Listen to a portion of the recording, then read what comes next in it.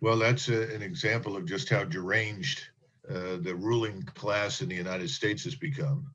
And of course, most Americans do not have a real appreciation for any of this sort of thing. I remember I grew up in the 50s and the 60s, and virtually everyone's father in the neighborhood where I grew up in Philadelphia had served in the Korean War or World War II or both. So you had this vast reserve of people who really did know what war was like. And it's unsurprising that they found Eisenhower very refreshing because Eisenhower understood it and he was bound and determined that we were going to do that again because he knew that we couldn't.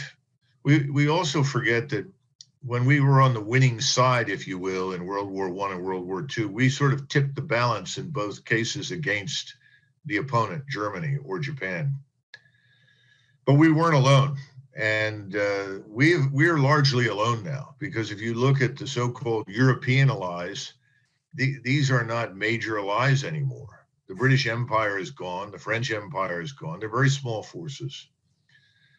Those forces are really only able to augment us in a modest way. And so what we've got instead of allies are what I would call military protectorates. And quite frankly, we can't afford them anymore, which is, again, the argument for getting out of these places and getting out of Europe and getting out of Northeast Asia. If you look at South Korea, for instance, about 49 million Koreans in South Korea.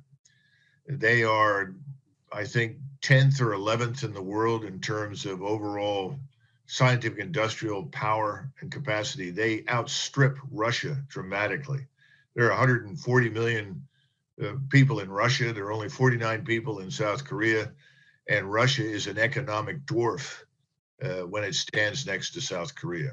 If you look at their forces, the South Koreans right now have an arsenal of tactical ballistic missiles and rockets that, quite frankly, is better than anything you're going to find in the U.S. Army. They have excellent equipment. They're well-disciplined troops. What are we doing there? North Korea is circling the drain. The place is a catastrophe. And there are real questions about this so-called nuclear capability. And the point that everybody loses sight of is that Xi in Beijing, for instance, has made it very clear to Kim, if you start a war, you're on your own. We will do nothing for you. However, if you are attacked, we will consider helping you. So under the circumstances, what are we doing on the Korean Peninsula? What are we doing in any number? What are we doing in Japan? For instance, Okinawa is smaller than Loudoun County, Virginia. Wow. So if you look at the missiles, the theater ballistic, short-range ballistic missiles that are available in China to be aimed at Okinawa, in the first few minutes of a war with China, everything in Okinawa would be erased. War has changed. Everyone thinks in terms of World War II. We were not prepared for the Second World War. We were woefully unprepared. People were very concerned with FDR when he embargoed the Japanese, because they knew that if we embargoed the Japanese, prevented them from any access to oil whatsoever, along with other critical capabilities, they would eventually attack. And Admiral Stark, who was chief of naval operations, advised him against putting the fleet in Pearl Harbor. MacArthur and Marshall worked tirelessly to try and neutralize the Philippines and get our forces out.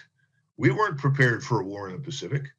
And Stark kept trying to get FDR to stop provoking the Germans and stop provoking the Japanese, because he said, we're not capable of fighting a two-front war. In the Pacific, we had 11 oil tankers in the whole fleet, just 11. And our war plans at the time called for the entire fleet to sortie and go straight across the Pacific to relieve the beleaguered garrison in the Philippines. Well, that was an impossibility. You only had 11 tankers. How far were you going to get? Over 8,000 miles. And ultimately, what did we do? We fell back. We abandoned the Western Pacific. And we had two outposts besides Alaska, Midway, and Hawaii, and then Panama. That was our defense perimeter. That was as much as we could cope with. And quite frankly, had the Japanese been a little smarter than they were and focused their combat power on Hawaii, instead of dissipating it all over Asia, they could have seized the Hawaiian Islands, and it would have taken us 2+ years to even begin retaking the Hawaiian Islands. So we weren't prepared. We got very lucky. Nobody seems to understand that now. We can't do that sort of thing again. We cannot withstand initial defeats and then bounce back, because there's nobody else out there but us.